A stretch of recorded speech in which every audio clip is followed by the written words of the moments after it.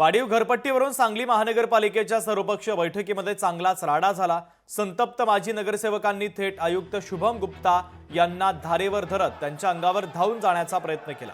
त्यामुळे बैठकीतून आयुक्त शुभम गुप्तांनी काढता पाय घेतलेला।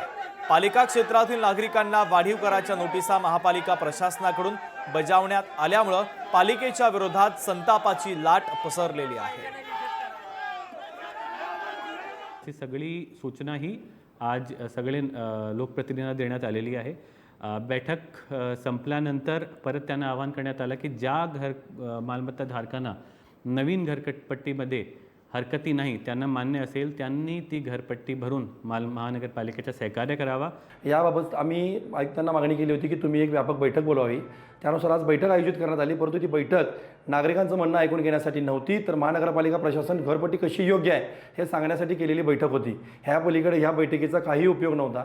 नागरिकांनी ज्यावेळी बोलायला सुरुवात केली त्यावेळेला प्रशासन ऐकून न घेता त्या ठिकाणी प्रशासनानं पळ काढलाय आणि यानंतर ही सदर बैठक ही केवळ घरपट्टी कशी योग्य आहे हे सांगण्यासाठीच फारच होती। लोकशाही मराठी ऐका, पहा, जागरूक रहा।